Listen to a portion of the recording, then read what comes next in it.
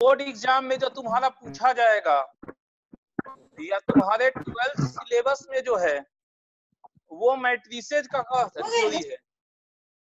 इसको सॉल्व करने का थ्योरी मैट्रिसेज के पास है, यही तुम्हें 12th में पढ़ना है। जबकि ओरिजिनल जो है वो डिटर्मिनेंट से भी बना सकते हो और मैट्रिसेज से भी। तो पहले हम डिटर्मिनेंट के नजरिए से देखेंगे। सिस्टम ऑफ लीनियर इक्वेशंस क्या कहलाता है?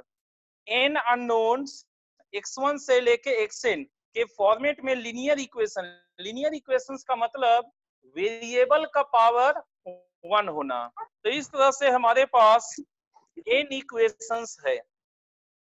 अगर ये सारे constant right side equal to के बाद वाले सारे कांस्टेंट अगर 0 हो जाए तो उसे सिस्टम को हम होमोजीनियस इक्वेशंस कहेंगे। होमोजीनियस। अगर राइट साइड वाले में से कोई भी नन जीरो हुआ, इनमें से कोई भी नन जीरो हुआ तो हम सिस्टम को नॉन होमोजीनियस कहेंगे। इस प्रकार से लीनियर इक्वेशन का सिस्टम दो भागों में बांटा गया है, एक होमोजीनियस और एक नॉन होमोजीनियस। अब इनका सॉल्यूशंस, n वेरिएबल्स है तो सॉल्यूशंस भी n वेरिएबल्स का वैल्यू आएगा। तो सोचो n वेरिएबल के वैल्यू का जो सेट तैयार होगा उसको क्या कहेंगे? उसको टुपल कहा जाता है। टुपल, जिसमें सभी वेरिएबल्स का वैल्यू होता है। इनके एक ऑर्डर भी सेट हो सकते हैं, एक से ज्यादा ऑर्डर भी सेट हो सकते हैं। तो एक बार आईआईटी में पूछा गया था कि इस प्रकार का कितना टपल बनेगा, इस तरह से कितना टुपल बनेगा।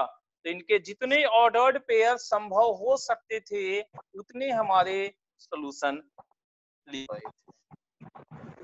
हमारा जो x का वैल्यूज है, xi का वैल्यूज है अल्फा आई, वो रियल नंबर भी हो सकता है। कॉम्प्लेक्स ये तब होगा जब कोफिशिएंट्स a1 a2 a3 ये सब जो कोफिशिएंट्स है ये मेरा कॉम्प्लेक्स होगा। अब सिस्टम को सॉल्यूशन के बेसिस पे भी डिवाइड किया गया है। सिस्टम ऑफ इक्वेशंस को कंसिस्टेंट बोलेंगे। कंसिस्टेंट, अगर इसके पास सॉल्यूशन होगा, कम से कम एक सॉल्यूशन होगा तो उसे कंसिस्टेंट कहेंगे। इनकंसिस्टेंट, इनकंसिस्टेंट बोलेंगे कि इसके पास एक भी सॉल्यूशन नहीं है, does not have any solution. तो सॉल्यूशन है या नहीं है के बेसिस पे दो भागों में बांटा गया है, कंसिस्टेंट और इनकंसिस्टेंट। एक और चीज, डिटरमिनेट, अगर इसके पास कोई यूनिक सॉल्यूशन है, इसके पास कोई यूनिक सॉल्यूशन है तो सिस्टम को डिटरमिनेट कहेंगे। सिस्टम को डिटरमिनेट कहेंगे अगर इसके पास कोई यूनिक सॉल्यूशन है। यूनिक मतलब कोई एक ही। और अगर इसके पास यूनिक सॉल्यूशन नहीं होगा, यूनिक सॉल्यूशन नहीं होगा तो इसे इनडिटरमिनेट कहेंगे। ध्यान रखना, अगर सिस्टम के पास सॉल्यूशन कम से कम एक है तो कंसिस्टेंट, एक भी सॉल्यूशन नहीं इनकंसिस्टेंट, सिर्फ एक ही सॉल्यूशन है डिटरमिनेट, एक सॉल्यूशन नहीं है इनडिटरमिनेट।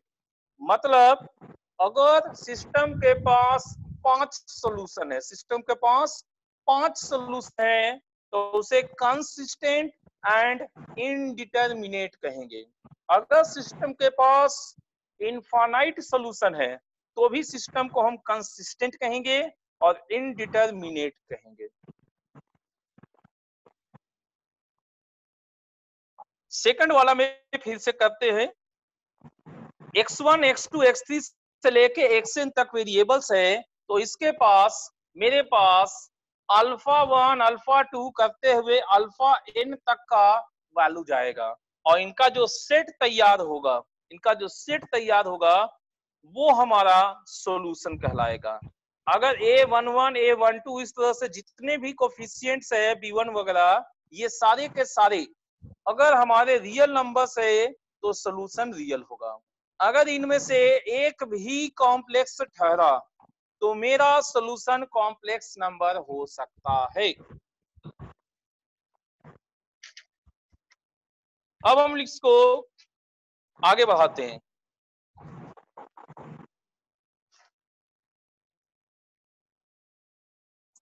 इसको छोटे छोटे हिस्सों में बांट के थोड़ा सा थ्योरी को एलोंगेट किए हैं, लेकिन ये अपने ही काम आएगा।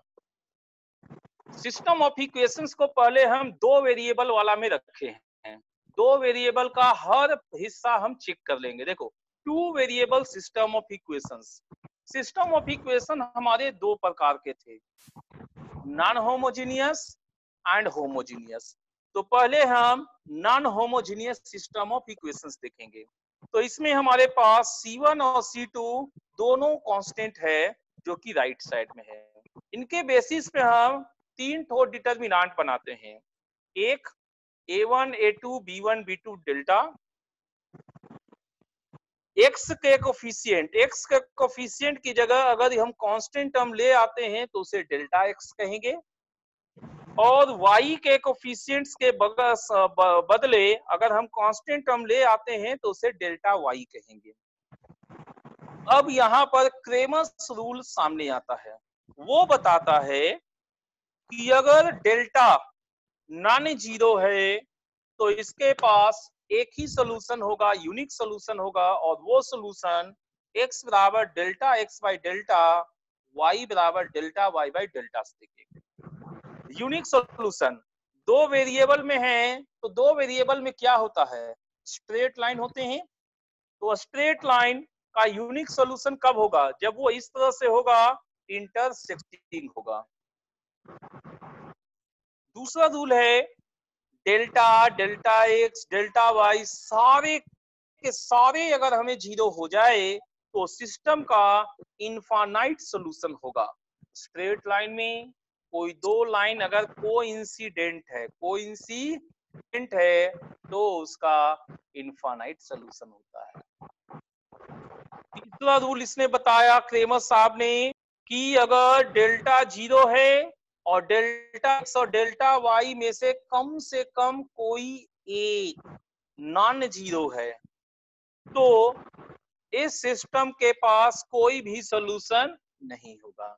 हम लोग स्ट्रेट लाइन में दो पैरेलल लाइन का जानते हैं कि ये कभी इंटरसेक्ट नहीं करता, तो ये केस पैरेलल लाइंस का है।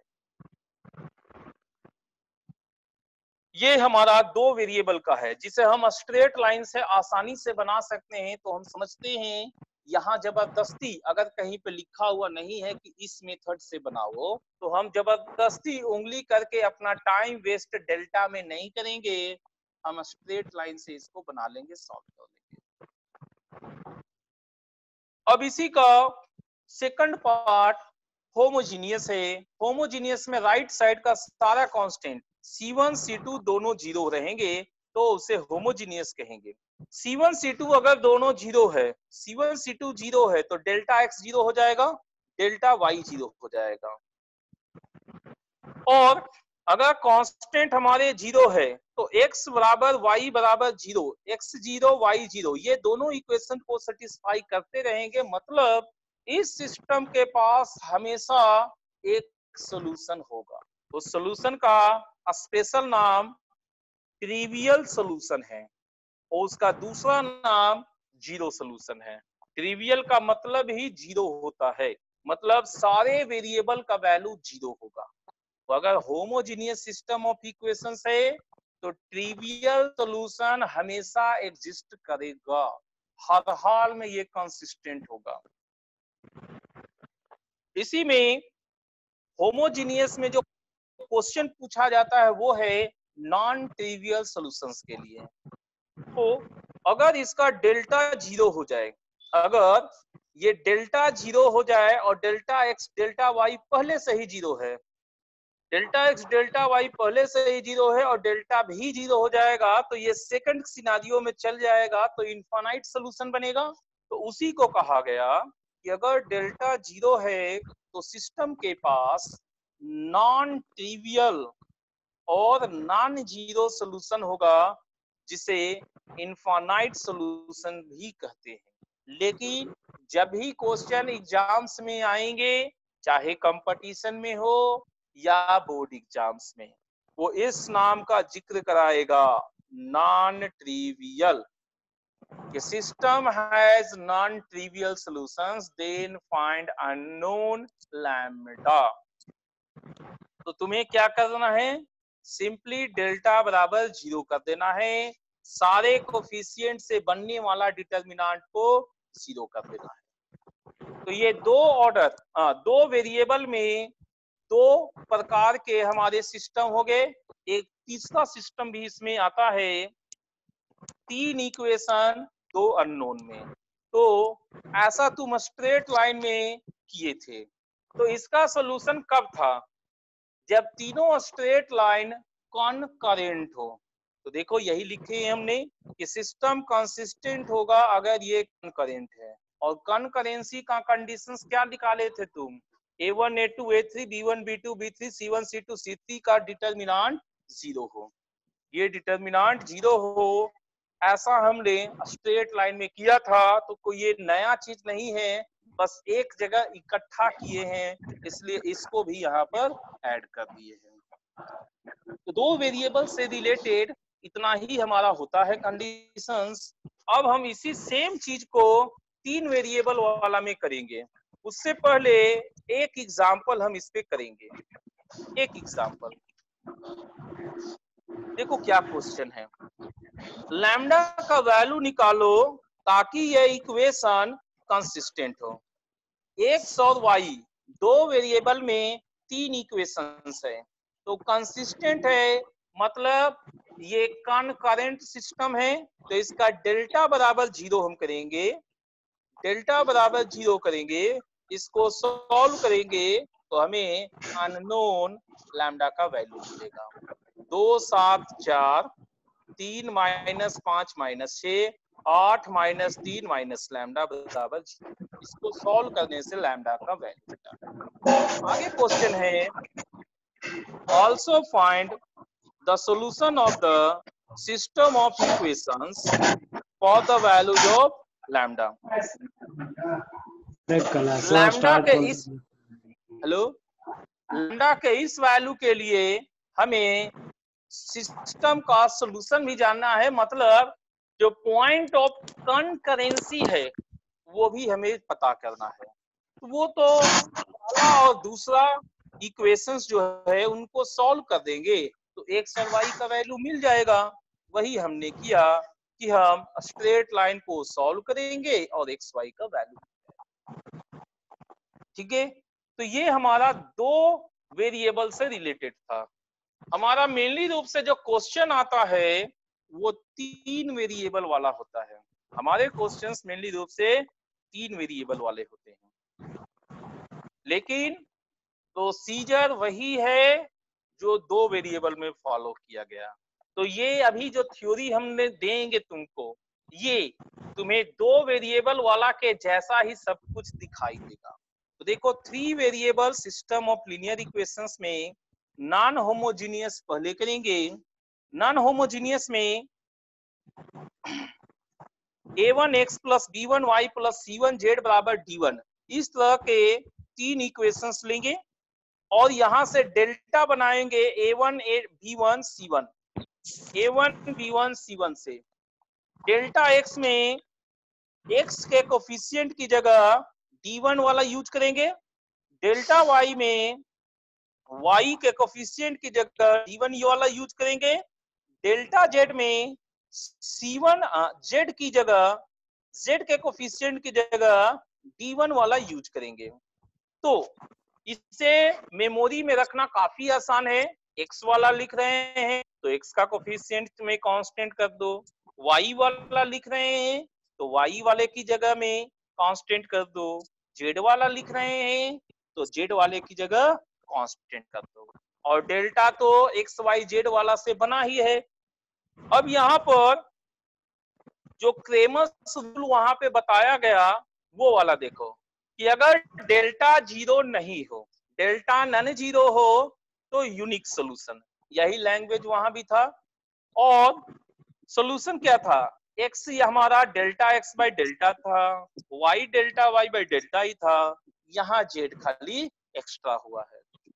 दूसरा कंडीशन तुम देखो, ये भी वही था कि सारे डेल्टा, चारों डेल्टा अगर 0 हो जाए तो इसके पास इनफाइनाइट सॉल्यूशन होगा। तीसरा कंडीशन था कि अगर डेल्टा 0 हो और इनमें से, इन तीनों में से कम कोई एक नॉन जीरो हो तो इसके पास नो सॉल्यूशन होगा।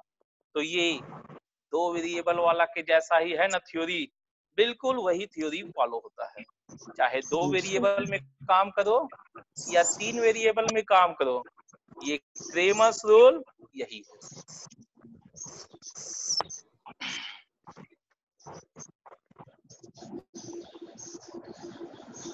अब हम लोग इसका होमोजीनियस सिस्टम करेंगे। सारे कांस्टेंट अगर 0 कर देंगे तो delta x, delta y, delta z सारे 0 हो जाएंगे, तो ट्रिवियल सॉल्यूशन हमेशा एग्जिस्ट करेगा और नॉन ट्रिवियल सॉल्यूशन का कंडीशन डेल्टा बराबर 0 होगा।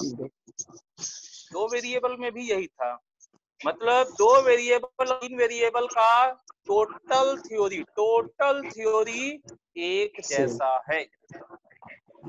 अब वो इसका कुछ एग्जाम्पल करना है, हमें साबित करना है कि ये सिस्टम ऑफ इक्वेशन कंसिस्टेंट है, तो इनको सॉल्व करो। तो हम डेल्टा जब इसका निकालेंगे 135 डेल्टा निकाल सकते हैं उससे। और एक और तरीका होता है जो हम फॉलो करते हैं, देखो नियम एक चीज है और उस नियम से करने में 4 डिटर्मिनेंट का सामना करना पड़ता है। डिटर्मिनेंट को सॉल्व करने में ऐसे ही टाइम लगता है। तो अगर अननोन सामने ना दिखाई दे, अननोन मतलब alpha beta gamma lambda mu P Q X Y Z के अलावा और कोई अननोन अगर ना दिखाई दे सामने, तो हम इलिमिनेशन मेथड से काम करेंगे। इलिमिनेशन मेथड, तो इन तीनों इक्वेशंस में से किसी एक वेरिएबल को गायब कर दो, तो हम जेड वेरिएबल को गायब करेंगे। हम जेड वेरिएबल को गायब करेंगे तो ये हमारा देखिए फर्स्ट हो गया, ये सेकंड मान लेते हैं और ये थर्ड मान लेते हैं। तो सेकंड में फर्स्ट का 2 मल्टीपल अगर घटा देते हैं तो 2z माइनस 2z 0 हो जाएगा। सॉल्व करके x माइनस 7y बराबर 2 आ रहा है। और यहाँ 4z को हटाने के लिए थर्ड में सेकंड का 2 मल्टीपल घटाएंगे, सेकंड का 2 मल्टीपल घटाएंगे तो ये x माइनस 7y बराबर 2 आएगा। इन दोनों इक्वेशन को गौर से देखो, ये एग्जैक्टली सेम है, मतलब ये कोइंसिडेंट है। तो स्ट्रेट लाइन कोइंसिडेंट कब होता है, जब उसका इनफाइनाइट सॉल्यूशन हो। तो हम यहां से कह सकते हैं कि ये इनफाइनाइट सॉल्यूशन बनेगा। तो इनफाइनाइट सॉल्यूशन है तो सॉल्यूशन तो है, सॉल्यूशन है इसलिए सिस्टम कंसिस्टेंट हो गए। अब सॉल्यूशन को, इनफाइनाइट सॉल्यूशन को कैसे लिखते हैं ये देखते हैं इस क्वेश्चन में।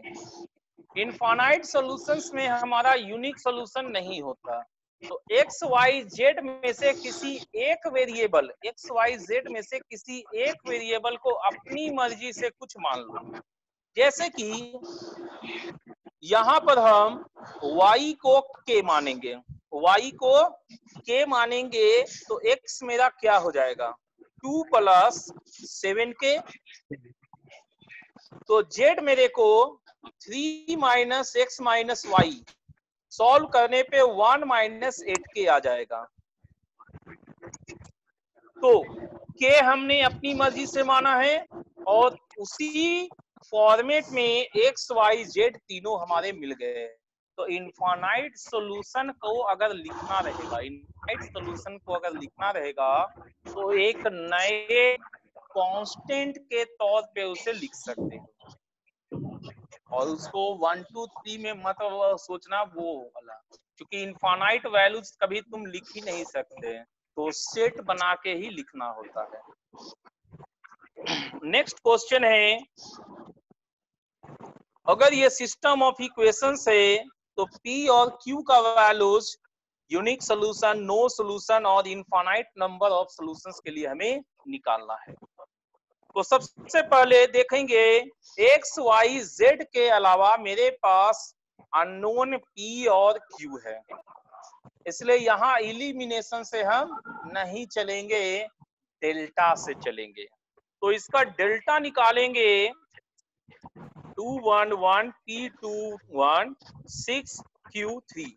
तो डेल्टा निकालने के बाद हमें पता चला कि ये 3 minus Q into 2 minus P बना। तो सोचो यूनिक सॉल्यूशन का क्या कंडीशन है, delta not equal to 0। Delta not equal to 0 कब होगा, जब Q not equal to 3 and P not equal to 2। Delta not equal to 0, Q not equal to 3 and P not equal to 2 होगा। अब हम लोग no solution और infinite solution को देखें अगर गौर से, तो दोनों में ही डेल्टा बराबर 0 दिया गया है। तो हम अपनी मर्जी से या तो Q बराबर 3 ले लेंगे या P बराबर 2 ले लेंगे। हम P बराबर 2 ले रहे हैं, P बराबर 2 लेंगे और इसको दोबारा लिखेंगे। तो P बराबर 2 लेने से जब इसको हम दोबारा लिख रहे हैं तो 2x plus 2y plus 6z बराबर 8। यहां से 2 कॉमन लेने पे first equation and third equation, first equation and third equation exactly same आ रहे हैं। इसका मतलब P बराबर 2 रखते ही 2 इक्वेशन कोइंसिडेंट हो गए। इसका मतलब P बराबर 2 मेरा इनफाइनाइट सॉल्यूशन का कंडीशन हो गया। यहाँ पर इनफाइनाइट सॉल्यूशंस के लिए हमारा कंडीशन P बराबर 2 होगा। अभी हम लोग Q के बारे में कुछ भी विचार नहीं किए, सो Q क्या है इससे हमें फर्क नहीं पड़ेगा। Q belongs to real number. इसी में जब Q belongs to real number होता है तो IIT में क्या किया है, IIT में इसको भी ऑप्शन में धकेल दिया है। एक में इनफाइनाइट सॉल्यूशन के लिए लिख रहा है P बराबर 2 Q बराबर 5। एक ऑप्शन दिया इनफाइनाइट सॉल्यूशन के लिए P बराबर 2 Q बराबर 20। तो ये Q बराबर 5 और Q बराबर 20 ये दोनों तो रियल नंबर के हिस्से हैं, इसलिए दोनों आंसर करेक्ट होंगे वहां पर। ठीक है, इनफाइनाइट सॉल्यूशन को डिसाइड करने में हमें सिर्फ P बराबर 2 का इस्तेमाल हुआ है। P बराबर 2 से ही हमने इनफाइनाइट सॉल्यूशन क्रैक कर लिया, तो Q का तो कोई मतलब है नहीं, तो Q कुछ भी रहेगा काम कर जाएगा, इसलिए Q belongs to real number है। अब नो सॉल्यूशन के लिए क्या होगा, P को तो 2 होने नहीं दे सकते, लेकिन डेल्टा को 0 करना जरूरी है। तो डेल्टा 0 होने के लिए ऑप्शन बचा क्या, Q बराबर 3। तो Q बराबर 3 and P not equal to 2। ठीक है,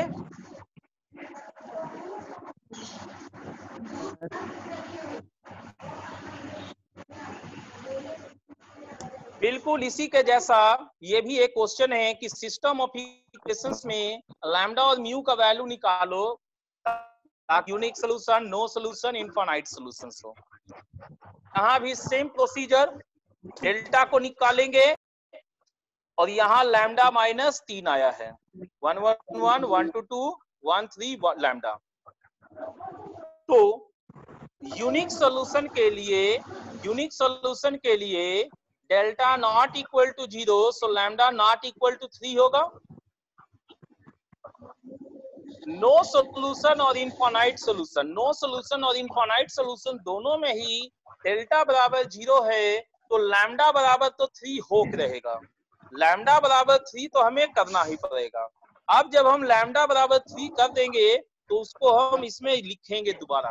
तो लैम्डा बराबर 3 जब लिखोगे तो सेकंड इक्वेशन और थर्ड इक्वेशन में लेफ्ट साइड बराबर हो चुके, राइट साइड बराबर होने के लिए म्यू बराबर 10 होना पड़ेगा।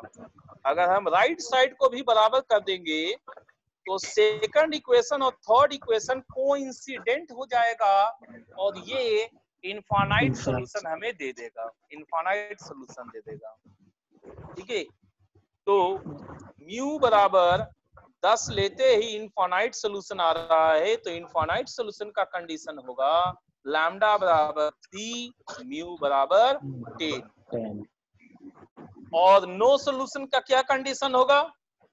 लैम्डा बराबर 3 तो मजबूरी है चूंकि डेल्टा बराबर 0 करना है, और म्यू को 10 हम नहीं होने देंगे, म्यू को 10 नहीं होने देंगे तो मेरे को नो सॉल्यूशन आ जाएगा। ठीक है, अब हम लोग और आगे बढ़ते हैं। हमने कहा था नॉन ट्रिवियल सॉल्यूशन का क्वेश्चन आते रहता है, तो ये सिस्टम ऑफ इक्वेशंस को नॉन ट्रिवियल सॉल्यूशन है, इसके लिए के बताओ। तो नॉन ट्रिवियल सॉल्यूशन में क्या था कंडीशन? डेल्टा बराबर 0 था, डेल्टा बराबर 0 था कंडीशन नॉन ट्रिवियल में। तो सिंपली तुम्हें डेल्टा 1 3 2 के 3 माइनस 2 माइनस 4 बराबर 0 कर देना है। डिटर्मिनेंट है जिसका वेरिएबल के है, तो सॉल्व करके तो के का वैल्यू आ ही जाएगा। ठीक है, अब हम लोग मैट्रिसेज में एंट्री कर रहे हैं। मैट्रिसेज में जो सिस्टम ऑफ इक्वेशंस का नियम है उसे कहते हैं गॉस जॉर्डन मेथड। गॉस और जॉर्डन दोनों लोगों ने मिलकर इसे बनाया, गॉस और जॉर्डन दोनों लोगों ने मिलकर इसे बनाया है। देखो सिस्टम ऑफ इक्वेशन वैसे ही लिखा हुआ है जैसे पहले था लिखा हुआ। एक्स वाई जेड के कोफिशिएंट से जो बना वो कैपिटल ए है तुम्हारा। एक्स वाई जेड वेरिएबल से जो कॉलम मैट्रिसेज बना वो तुम्हारा कैपिटल एक्स है। राइट साइड के कांस्टेंट, राइट साइड के कांस्टेंट से जो मैट्रिसेज बना है कॉलम वो कैपिटल है। तो इस मैट्रिसेज को दोबारा लिखना है, इस सिस्टम ऑफ इक्वेशंस को मैट्रिसेज के फॉर्मेट में लिखेंगे तो ए एक्स बराबर बी हो जाएगा। अब हम ए इनवर्स लेफ्ट साइड से ए इनवर्स मल्टीप्लाई करेंगे तो एक्स बराबर ए इनवर्स बी होगा, एक्स बराबर ए इनवर्स बी होगा। और ए इनवर्स क्या है? Adjoint A by mod A.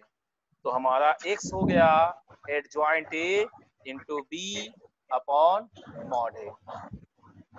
ठीक है, तो तुम्हें जब बोर्ड एग्जाम में बनाने होंगे तो ध्यान रखना बोर्ड एग्जाम में इसी मेथड से बनाना है। लैंग्वेज वाला जो क्वेश्चंस आएंगे बोर्ड एग्जाम्स में एक्स वाई जेड मानोगे, चेयर को एक्स माने कुर्सी को वाई माने, इस टाइप से लिखोगे। पहले इस तरह का इक्वेशन जनरेट कराओगे, उससे ए एक्स बी निकालोगे, एक्स बराबर बी लिख के दिखाओगे, एक्स बराबर adjoint A into B by mod A तक पहुंचोगे, फिर इसको सॉल्व करोगे तब एक्स का वैल्यू आएगा, वहां से इक्वेट करके तुम्हें जवाब देना है। अब यहाँ पर क्रेमर्स रूल की तरह यहाँ पर भी unique solution, infinite solution, no solution deciding होता है। यहाँ देखो अगर denominator mod A non zero है, denominator mod A non zero है तो यहाँ यूनिक सॉल्यूशन होते हैं। अगर डिनोमिनेटर और न्यूमरेटर दोनों जीरो हो जाए, डिनोमिनेटर और न्यूमरेटर दोनों जीरो हो जाए तो इसके पास इनफाइनाइट सॉल्यूशन होते हैं। डिनोमिनेटर जीरो है, डिनोमिनेटर जीरो है लेकिन numerator non zero, numerator non zero तो इसके पास कोई भी सॉल्यूशन नहीं होगा। तो यही तीन कंडीशंस होते हैं। लेकिन जो तुमको बोर्ड एग्जाम में पूछा जाएगा, 12th बोर्ड में जो पूछा जाएगा, वो फर्स्ट वाला केस रहेगा। उसमें एक्स और वाई का वैल्यू तुम्हें निकाल के बताना रहेगा। और इसके 2-3 एग्जाम्पल तुम्हारा एनसीईआरटी में भी दिया हुआ है, बहुत सिंपल है, देखा जा सकता है। अब यहाँ पर जो क्वेश्चंस हमारे पास है, देखो एक ही पेज बचा है, ज्यादा नहीं है, ज्यादा टाइम नहीं लेंगे, एक ही पेज है। अब इसको सीख लेते हैं। ये थोड़े से मिसलेनियस नेचर के क्वेश्चंस है, ठीक है। तो देखो इतना बड़ा क्वेश्चन है, ये हमारा कॉम्प्रिहेंशन है, पैसेज है। 3x3 symmetric matrices, 3x3 symmetric matrices है, जिसके सारे एलिमेंट या तो 0 है या 1 है। 5 ठो 1 है और 4 ठो 0, 5 ठो 1 है, 4 ठो 0 है, तो कितने मैट्रिसेज बनेंगे? ध्यान रहे, 5 1 4 0 3x3 सिमेट्रिक मैट्रिसेज बनाने हैं। तो देखो कैसे बनेगा। तुम कहोगे कि सर सब लिखना पड़ेगा, तो नहीं, सब लिखना नहीं है, बहुत आसानी से काउंट हो जाएगा। देखो तुम्हें सिमेट्रिक मैट्रिसेज बनाने हैं, तो सिमेट्रिक मैट्रिसेज में क्या होता है, डायगोनल के दोनों तरफ, डायगोनल के दोनों तरफ एग्जैक्टली सेम होता है, तो ये तुम्हारा डायगोनल है। और यहां पर तुमको सेम करना है, ये डायगोनल है, यहां जो लोगे वो यहां आएगा, यहां जो लोगे वो यहां आएगा, और यहां वाला यहां आएगा। तो तुम्हें डायगोनल को देखना है और इस साइड के 3 एलिमेंट को देखना है। 5 तो 1 है, तो एक 1 को तो हर हाल में बीच में रखना होगा, क्योंकि जब यहां वाला इधर आ जाएगा तो ये इवन संख्या होना चाहिए, तो कम से कम एक बीच में रखोगे। अब बाकी तुम्हारे पास है कि बीच में 2 1 को रखते हो या 2 0 को रखते हो। तो शुरू में हम लोग 2 1 को बीच में रखेंगे।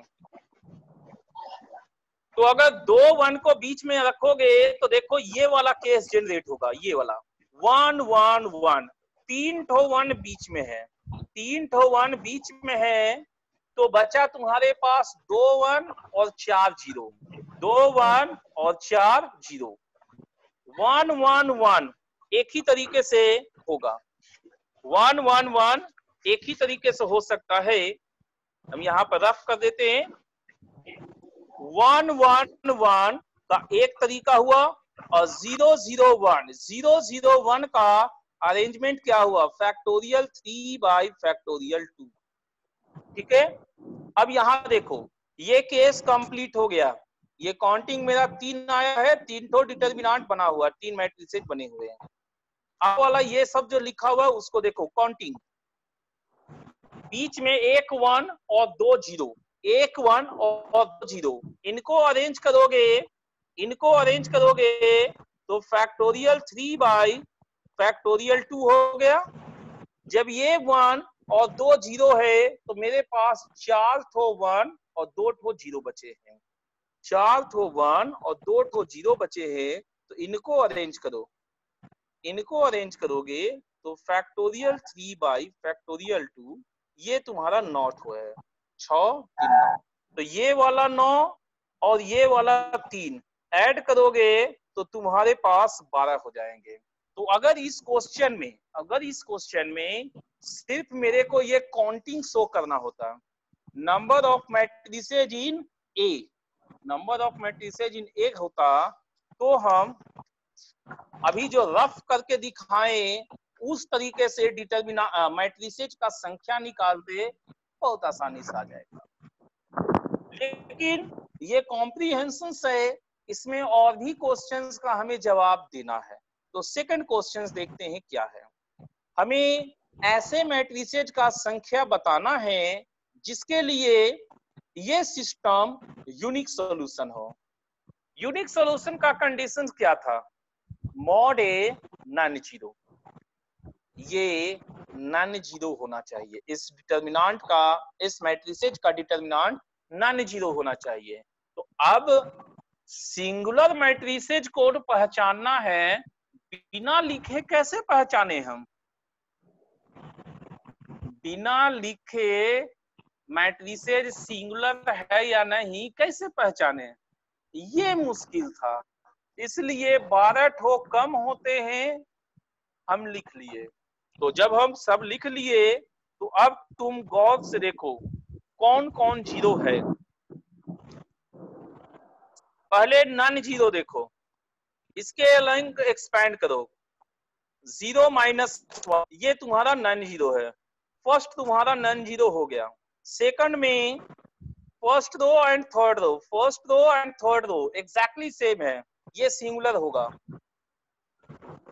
इसके अलॉन्ग एक्सपैंड करोगे तो 0 minus 1 non singular. Second row और थर्ड रो सेम है, सो ये सिंगुलर होगा, यहां नहीं आ सकता।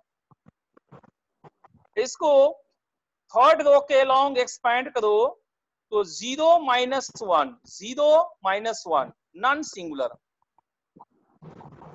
इसको सेकंड रो के अलॉन्ग एक्सपैंड करोगे तो 0 माइनस 1 नॉन सिंगुलर। इसको भी तुम सेकंड रो के अलॉन्ग एक्सपैंड करो तो 0 माइनस 1 ये नॉन सिंगुलर। इसको फर्स्ट रो के अलॉन्ग एक्सपैंड करो तो 0 माइनस 1 नॉन सिंगुलर। ये दोनों सेम है, सिंगुलर है। ये दोनों सेम सिंगुलर, ये दोनों सेम सिंगुलर, ये दोनों सेम सिंगुलर। तो टोटल मेरे पास 6 नॉन सिंगुलर मैट्रिसेज आए हैं। तो यूनिक सॉल्यूशन 6 में ही होंगे। कोई दिक्कत? नेक्स्ट क्वेश्चन है कि ऐसे कितने मैट्रिसेज होंगे जिसके लिए ये सिस्टम इनकंसिस्टेंट हो। सिस्टम इनकंसिस्टेंट है, इसका मतलब हमें नो सॉल्यूशन चाहिए कि किसमें नो सॉल्यूशन आएगा। कोइंसिडेंट का केस अगर हम हटा दिए, कोइंसिडेंट का केस हटा दिए तो बाकी बचे हुए पार्ट्स में केसेज हमारे नो सॉल्यूशन होंगे। तो हम इसे सॉल्व करेंगे। हमारे पास 6 केसेज बचे हैं जिसमें सिंगुलर है, वो उन्हीं में से कोई है जो कंसिस्टेंट होगा। तो पहले हमारा केस देखते हैं सेकंड में देखो 1 0 0 1 0 0, तो हम इसको एक्सपैंड करेंगे, इसको और इसको मल्टीप्लाई करो और इससे इक्वेट करो। तो तुम्हारे पास पहला आएगा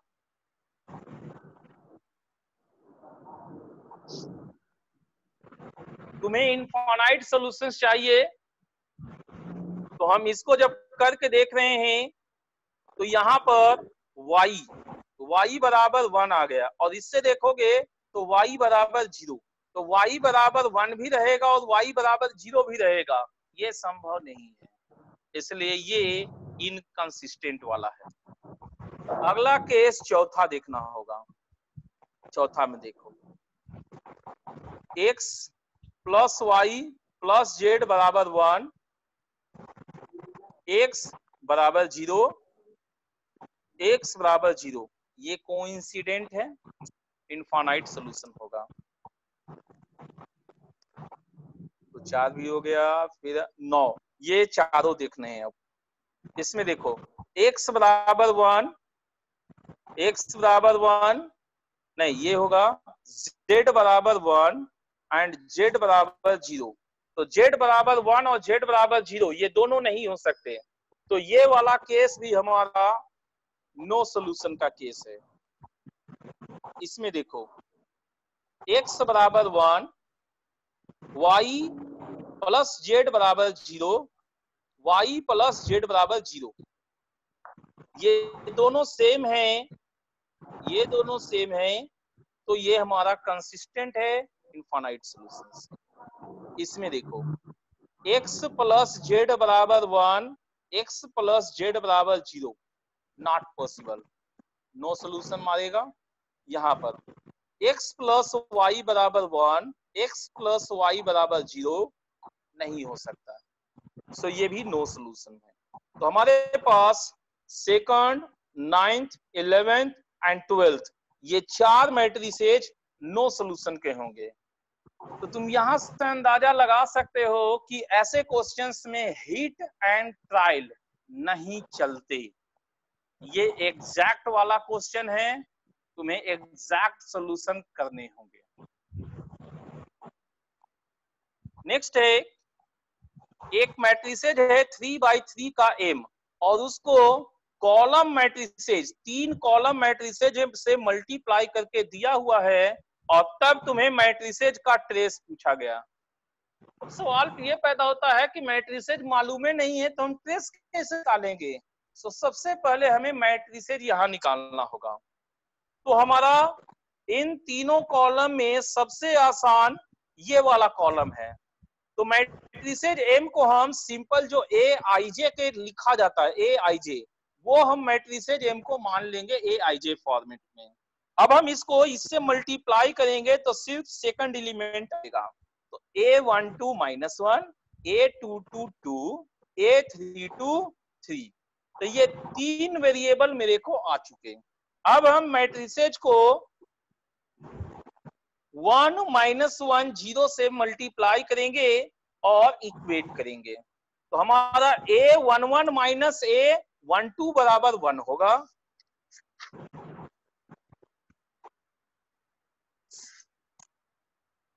इस टाइप से हमारे पास 3 कंडीशंस आएंगे, जिसमें से सेकंड कॉलम हमें पहले से मालूम थे, तो फर्स्ट कॉलम का वेरिएबल का वैल्यू हम निकाल लेंगे। हमारा थर्ड इक्वेशन था m इंटू 111 बराबर 0 0 12। तो यहाँ पर भी हम मल्टीप्लाई करेंगे और इक्वेट करके लिखेंगे। हमें फर्स्ट कॉलम आ चुका है, सेकंड कॉलम आ चुका है, उन दोनों का वैल्यू यूज करेंगे तो थर्ड कॉलम आ जाएगा। इस प्रकार से हम जब सारे 9 एलिमेंट हमें मालूम चल गए हैं, 9 एलिमेंट मालूम चल गए हैं, तो मैट्रिसेज एम हम निकाल लेंगे।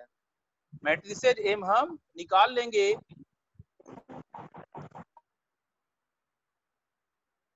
मैट्रिसेज एम हम निकाल लेंगे तो हमारा ट्रेस जो होगा वो 0 + 2 + 7 9 हो जाएगा।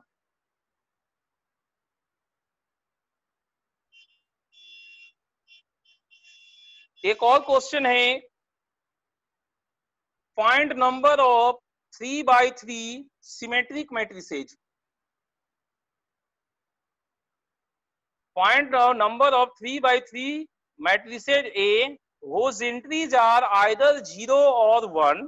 उसका एंट्री या तो 0 है या 1 है, और जिसके लिए a इंटू XYZ बराबर 1 0 0 हो, has exactly 2 distinct solutions. Exactly 2 distinct solutions. अगर तुम्हें क्रेमर्स रूल और गॉस जॉर्डन रूल याद होगा, अभी ध्यान होगा, तो हमने यूनिक सॉल्यूशन किया, नो सॉल्यूशन किया, इनफाइनाइट सॉल्यूशन किया। 2 सॉल्यूशंस तो कभी किया ही नहीं। इसका मतलब 2 सॉल्यूशन होता ही नहीं है। तो जब 2 सॉल्यूशन नहीं होता तो ऐसे कोई मैट्रिसेज नहीं होंगे, इसलिए इस मैट्रिसेज का संख्या 0 होगा। ठीक है, अब हमारा 3 क्वेश्चन और है, वो देख लो। Find largest value of third order determinant whose elements are 0 1। Third order का डिटर्मिनांट बनाना है, थर्ड ऑर्डर का डिटर्मिनांट बनाना है 0 और 1 को इस्तेमाल करते हुए, और सबसे ज्यादा वैल्यू निकालना है। तो तुम हर बार ज्यादा वैल्यू निकालना। तो 1 और 0 का प्रोडक्ट ज्यादा से ज्यादा 1 होगा। 1 और 0 का प्रोडक्ट 1 होगा। तो इस 1 को एक्सपैंड करो, 1 इंटू 1 माइनस 1 करोगे तो 0 हो जाएगा। सो 1 माइनस 0 बनाना है। तो इन दोनों में से किसी एक को हमें 0 लेना होगा। +1 इंटू 1, तो यहाँ पे 1 लिख देते हैं। 1 माइनस 0, तो यहाँ पे 0 ले लेते हैं। अब हम लोग यहाँ पर अगर 1 लिखते हैं तो ये 0 माइनस 1 और घटा देगा, इसलिए यहाँ पर 0 लेंगे। तो इस केसेज में ये वाला 1 आया है और इसके हिसाब से भी एक 1 आ गया, और तीसरा अगर हम यूज करते तो वो -1 बन जाता। हमें मैक्सिमम चाहिए तो 1 + 1 + 0 2 यूज करेंगे। ये सारा केसेज खुद से जनरेट करना है, तभी इन क्वेश्चंस को बना पाओगे। ये डिटर्मिनेंट एंड मैट्रिसेज का one of the most difficult part है कि एलिमेंट से कितने मैट्रिसेज बनेंगे, कितने डिटर्मिनेंट बनेंगे, और इस तरह का क्वेश्चंस एग्जाम्स में अक्सर आता है, अक्सर आता है। दूसरा है 1 और -1 से थर्ड ऑर्डर का डिटर्मिनेंट लार्जेस्ट वैल्यू का बनाना है। तो देखो 1 इंटू 1 + 1, 1 + 1 2, तो ये सबसे ज्यादा हो चुका है इसके द्वारा। अब यहाँ पर 1 लेके देखते हैं, सबसे ज्यादा तैयार करना है 1 + 1, इसके हिसाब से 1 + 1, तो फिर से हमने सबसे ज्यादा 2 तैयार कर लिया। अब यहाँ पर हम क्या लेते हैं इसे देख लो, 1 - 1, 1 - 1 ये ही 0 बन गया, तो यहाँ पर +1 ले या -1 ले फर्क नहीं पड़ता, सबसे ज्यादा वैल्यू वाला हमें 4 बनेगा। नेक्स्ट क्वेश्चंस देखो, 3/3 सिमेट्रिक मैट्रिसेज बनाना है, 3 0, 3 1 और 3 -1, जिनका ट्रेस 0 हो, जिनका ट्रेस 0 हो, ऐसे कितने मैट्रिसेज बनाए जा सकते हैं? तो ट्रेस 0 कब होगा? 1 - 1 0 होता है। सिमेट्रिक है तो डायगोनल के दोनों साइड, डायगोनल के दोनों साइड एग्जैक्टली सेम रखोगे, तो इवेन इवेन इवेन 2 2 2, ये तो तुम्हें ऐसे करने होंगे 2 2 2, एक इधर एक इधर करके 2 2 2 हो गए, और एक एक एक जो बचे हैं वो डायगोनल में आएंगे।